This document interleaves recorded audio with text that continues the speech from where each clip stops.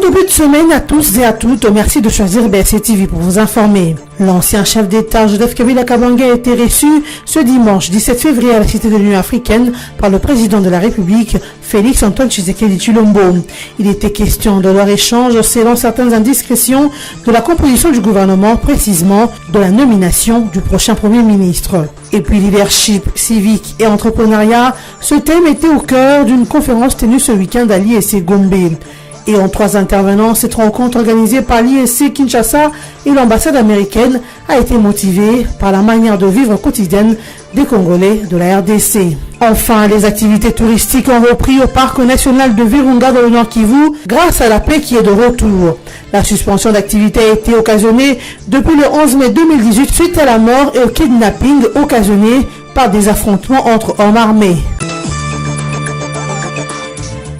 Le président de la République démocratique du Congo, Félix Tshisekedi Tshilombo, a reçu la visite de l'ancien chef d'État, Joseph Kabila Kabange, le dimanche 17 février 2019 à la cité de Loya.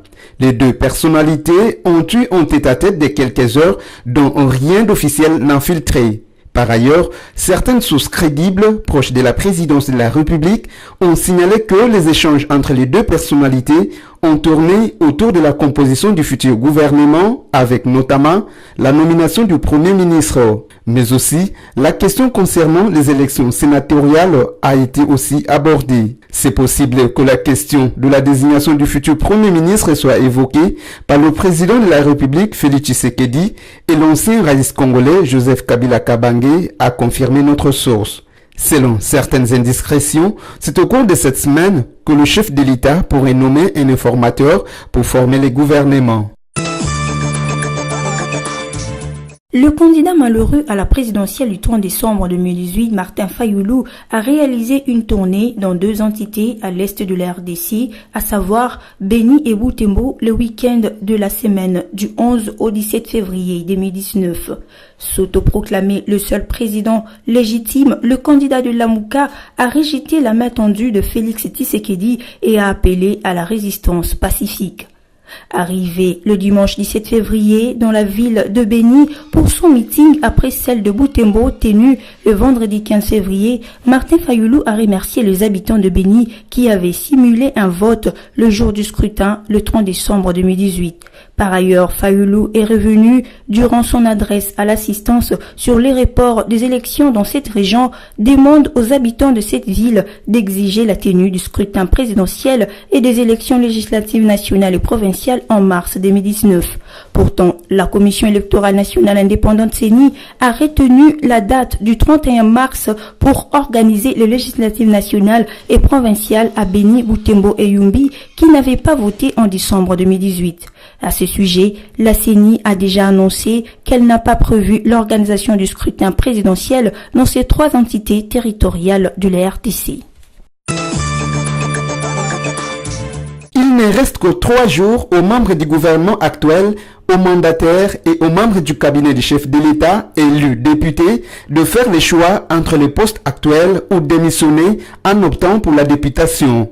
Le président du bureau provisoire de la Chambre basse du Parlement, Gabriel Kyungu-Wakumwanza, qui est lui aussi partant pour l'Assemblée provinciale du Haut-Katanga, l'a rappelé au cours de la plénière du 13 février 2019. L'on devrait donc s'attendre à des démissions en cascade au gouvernement dans la période comprise entre le 14 et le 21 février. Car 8 jours seulement ont été accordés à ces personnalités datant du 14 février selon l'article 108 de la Constitution. Déjà, du côté du gouvernement Tshibala, 18 ministres qui ont vu leur mandat d'élu validé devraient démissionner du gouvernement. Tous les 3 vice-premiers ministres également sont obligés de prendre une décision formelle, y compris 2 de 9 ministres d'État. Quant aux vice-ministres, 5 des 11 sont concernés par cette incompatibilité. Si tous les ministres optaient pour la députation, leurs charges au sein du gouvernement seront assurées par les ministres restants. Ces derniers seront obligés d'assumer chacun l'intérim d'un autre ministre. Au cas contraire, les ministres élus députés, mais voulant rester au sein du gouvernement, laisseront leurs suppléants à l'Assemblée nationale. Ces derniers seront validés que par le bureau définitif de la plénière ordinaire du mois de mars. La Fondation Barakat, en collaboration avec la section Administration et Gestion de ressources humaines de l'Institut supérieur de commerce IEC Kinshasa, a organisé samedi 16 février 2019 une conférence pour les étudiants dans la salle de master de l'IEC. Autour du thème Leadership civique et Entrepreneurship, cette conférence a eu 3 intervenants qui sont Junior Milembolo, Giovanni Masala et Nestor Elumbu. Sous la modération du professeur Makundu Massamba, les 3 orateurs ont sensibilisé tour à tour les étudiants sur les avantages de l'entrepreneuriat des jeunes, mais aussi sur le véritable sens du leadership. Ils ont aussi donné à l'auditoire quelques techniques pour réussir dans la création d'une entreprise.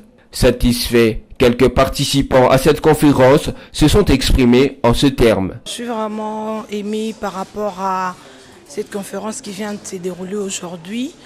Personnellement, je ne savais pas et puis je n'avais pas vraiment la conviction que si tu as un projet en soi, tu peux les réaliser et puis ça devient quelque chose de matériel, quelque chose de réel.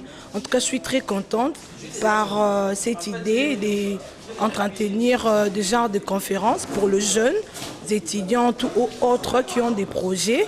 Parce qu'il y a beaucoup de gens qui ont des projets, mais ils ne savent pas comment commencer, par où y penser, par où passer pour que ton projet devienne réalité. Mais aujourd'hui, par rapport à ce qu'on nous a parlé aujourd'hui, par les intervenants du conférence, j'ai été vraiment très émue. Et puis ça m'a encouragée à ne pas négliger mes projets. J'ai appris beaucoup de choses en tant qu'entrepreneur. En tant qu'entrepreneur, un entrepreneur doit créer, doit faire quelque chose.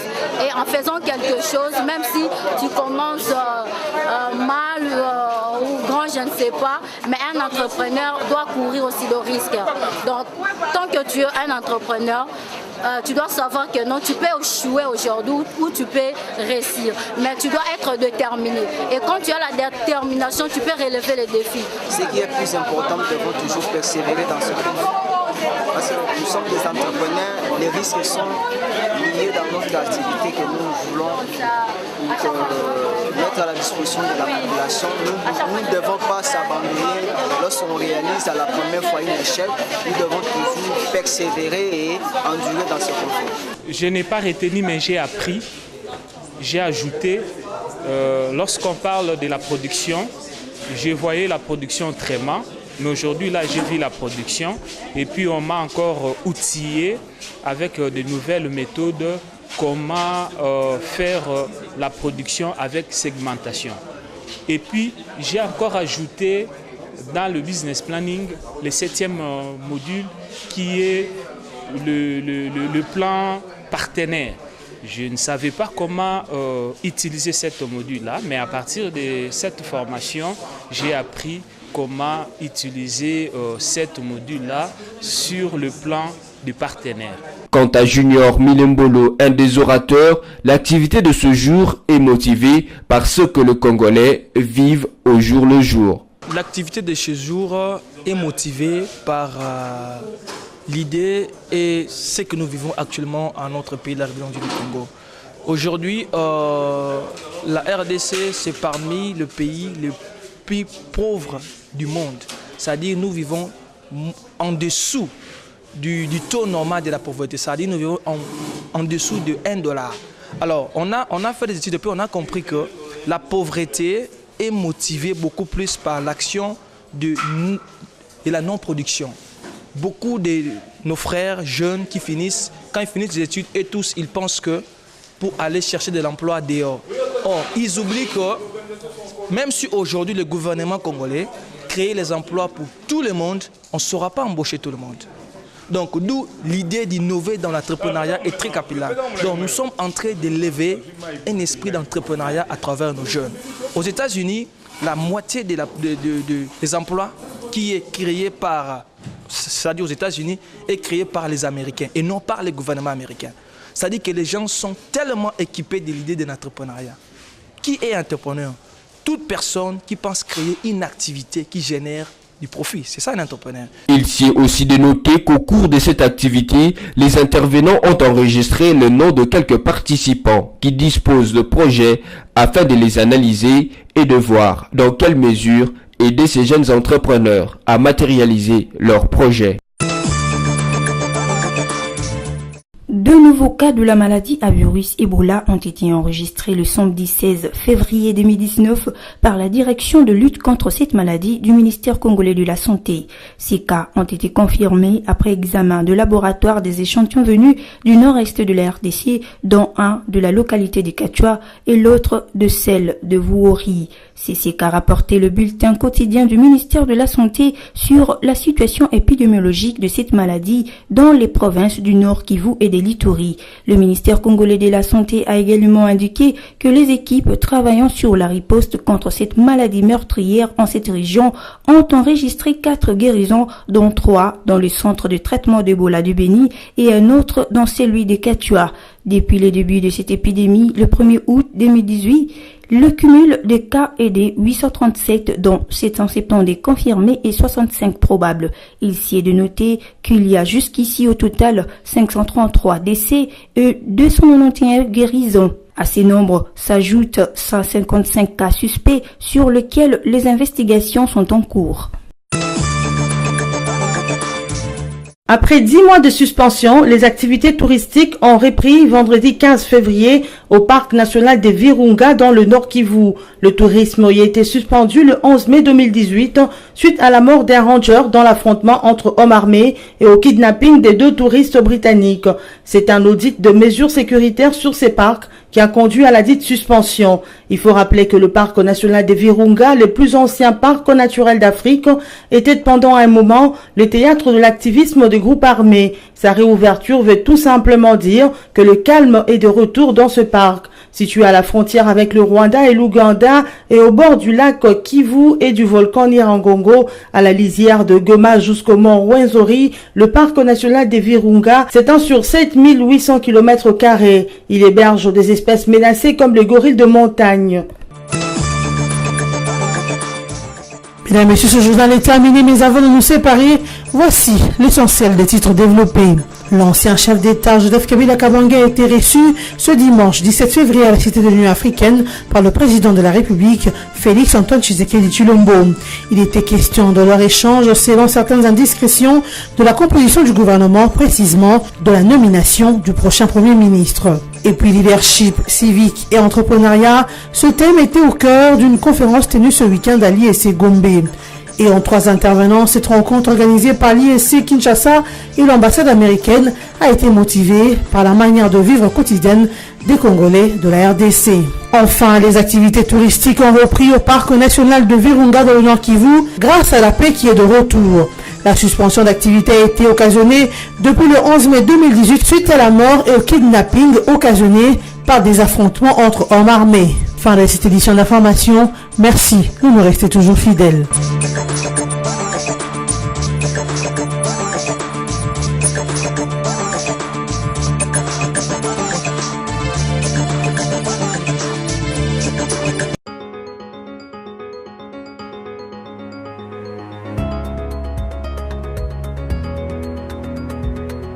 Bienvenue à la revue de presse de ce lundi 18 février 2019 sur BSC TV. Commençons avec Forum des As qui note en grand titre « Choix de gouverneurs et des sénateurs, formation du gouvernement, Félix Tshisekedi, Joseph Kabila, un échange hier sans intermédiaire ». L'ancien président congolais Joseph Kabila a été reçu hier dimanche 17 février par son successeur Félix Antoine Tshisekedi Tshilombo. La rencontre a eu lieu à l'ex-cité de l'OUA. Les 2 hommes ont tenu des contacts et se sont parlé pendant près de 4 heures, mais rien de substantiel n'a fuité de cette visite aux allures très amicales et même familiales, ce qui a donné lieu à plusieurs supputations aussi bien dans les rues de Kinshasa que dans certains salons huppés de la capitale. D'aucuns ont vite conclu que l'entretien entre Félix Tshisekedi et son prédécesseur Joseph Kabila ont tourné autour du choix du Premier ministre. Normal dans la mesure où le contexte politique s'y prête. Cependant, Jean-Pierre Kambila, directeur de cabinet adjoint du président honoraire, intervenant hier sur la radio privée Top Congo FM, a estimé que la rencontre entre les deux hommes participe à la culture de la paix. Les discussions autour de la désignation du Premier ministre se font au niveau de plateformes Cash et FCC et sont très avancées, renchérit-il. Pour sa part, Jean-Baudouin Maillot, cadre du Cash, interrogé par la même consoeur, insiste sur le fait que Félix Antoine Tshisekedi et Joseph Kabila, étant tous deux fils du pays, ont la liberté de se rencontrer quand et où ils veulent. Poursuivons cette revue de presse avec les sites d'actualité Congo Virtuel qui notent en grand titre FPI, nouveau départ sous Patrice Kitebi. Au Fonds de promotion de l'industrie FPI, 2018 a été une année bûcheuse. Sous l'impulsion de Patrice Kitebi Kibolvoul, son directeur général, des réformes ainsi que la mise en œuvre du budget annuel consacré sur base d'un plan triennal ont été réalisés. Face à la presse vendredi 1er février dernier, le comité de gestion du fonds est revenu avec force et détails, non seulement sur les différentes activités qui ont été organisées au courant de l'année dernière, mais sur le plan de la mobilisation de la TPI, du recouvrement des créances, ainsi que du financement de projets de l'amélioration des conditions de vie de la population et celui de la gouvernance. Contrairement à la fausse image, celle d'une structure limitée au simple financement de projets des différentes industries que nombreux ont collé au FPI, cette dernière s'est imposée comme l'une des entreprises publiques qui mobilisent des recettes et qui sont très impliqués dans le renflouement du trésor public. Ce sont de performances remarquables et qui méritent d'être saluées car l'intensification du recouvrement a permis de dépasser largement les prévisions.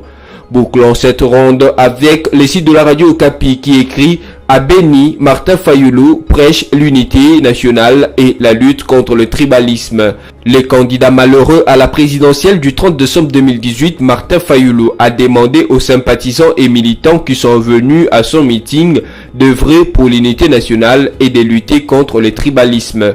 Il a qualifié les résultats des dernières élections des coups d'État électoral avant d'appeler la population à ne pas accepter ces résultats. Il a ensuite dénoncé la nomination de plusieurs députés à l'Assemblée nationale et dans certaines assemblées provinciales de la RDC suite à la fraude électorale. Martin Fayoulou a aussi appelé la population de Béni à s'impliquer et à collaborer avec les équipes des ripostes contre Ebola pour éradiquer cette maladie dans la région de Béni. Il a fait aussi observer une minute de silence en mémoire des civils et militants loyalistes tués dans la région de Béni. Voilà qui met fin à cette revue de presse. Merci à vous de nous avoir suivis.